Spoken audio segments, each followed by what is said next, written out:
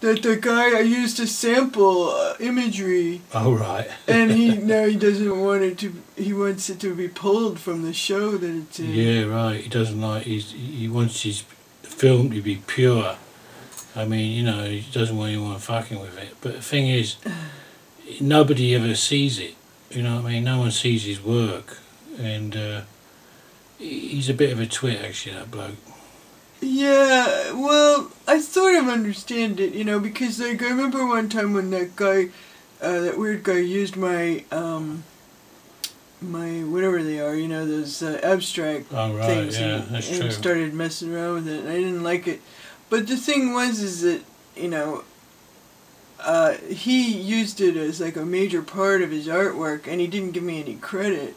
You know, where what I was using in my video was such a minor part, and it was, and I did give him credit too, as well as the other pieces of footage that I used. No, too. I mean, he got credit. Plus, it was going to be in a show. You know, I wasn't even getting paid for. You know. And, you know, I mean, it's like he. It's sort of like those rap artists or you know DJs that use sound samples and stuff. It's like I visually do the same thing, you know, and so I think like my visual work kind of falls under the same laws in a way, but it's tricky. You know. No, I know what you mean. Well, the thing about it is, I mean, that guy is sort of one of these purists, you know. I know him personally, right? Well, you can see when you see his footage. I mean, he's like real, you know, it's very straightforward. He's a real dry one, you know what I mean? He's like so dry, he sort of cracks. He's cracked, you know what I mean? I don't know. I knew him years ago, and he thinks of himself as this like real big, hotshot filmmaker, and I think he teaches something like that in the school.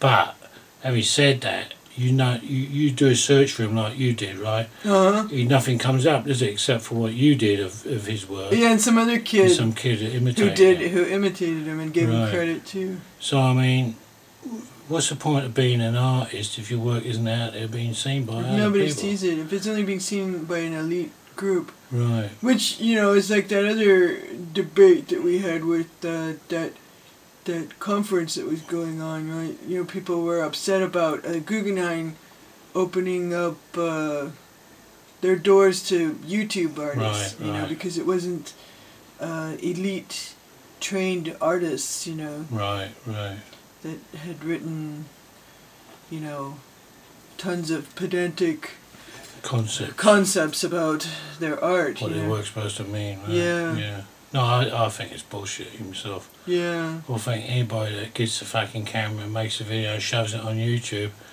and it works and it's good, then that's what stands up for me. Right. Not somebody who says, look at this, it's great, this is what it means, look how much I've written about it. Now you watch it, and then you watch it and you think, fucking what a load of old bollocks, you know what I mean? Yeah, when it has all this build-up, you know, it's sometimes there's, you know, it's like when I used to have figure drawing class a long time ago, to get you sort of into the swing of things, we did these really, really fast gestural drawings. And that's what, you know, I see some of the work like on YouTube that's so fast and quick and just done in the moment, somebody's, you know, feeling, and they able to put it together and edit it really fast. It's like a gestural drawing. It's no different than that, you know.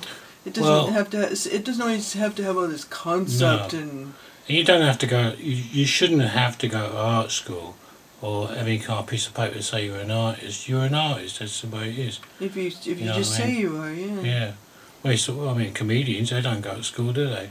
I mean, I think they probably do. Some do, but you know, they can't get away with like saying, "Well, you're not a real comedian because you didn't get a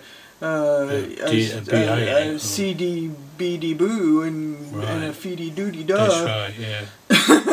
Well, it's true. I mean, there's a lot of great artists that never went to art school. You know what I mean? Right. So it doesn't mean shit. It's good to go. Why not? I mean, it's fun. It's good, you know, you get connections and you expose yourself. That's right, you might learn a few techniques and stuff, but if you're in, sometimes it can actually ruin your art as well, I think.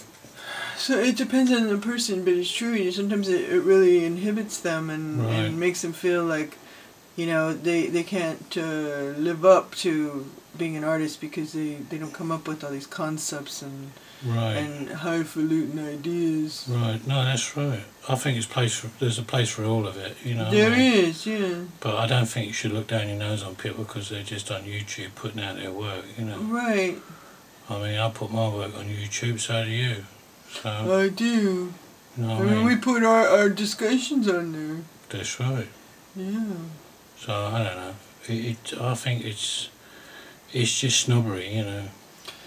Yeah, well, it's always that way. Like, I think Carl Sagan said it in, like, one of his books that you know, it was a long time ago. I think it was some, I'm probably getting this all mixed up, but some mathematicians or something, you know, back a long time ago in ancient history, they wanted to be very elite and have an elite language that no one understood.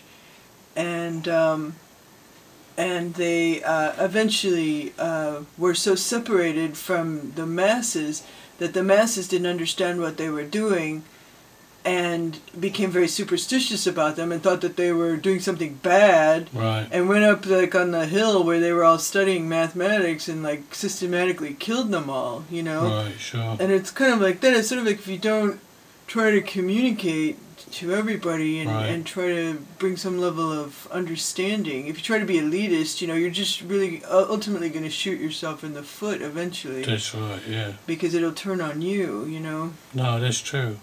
I think the idea also is if you're an educator or a teacher and also an artist, then you want to encourage that. And if you see it in somebody that isn't in your class or is outside of the education system, and they can't get into the education system, then you want to help them, don't you? You want to mentor them and foster that in them so that they can be successful in what they're trying to say. Right.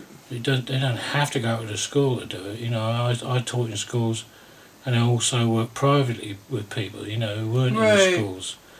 And sometimes the people that were outside of the art schools were a lot more talented, actually, because they didn't have all that baggage, you know, they didn't dress in black. Inhibitions, yeah. Yeah, he didn't act cool and have to play the part of an artist. Right. They were naive in what they were doing. They didn't know, oh, is this, am I politically correct here in what I'm doing? They just did it.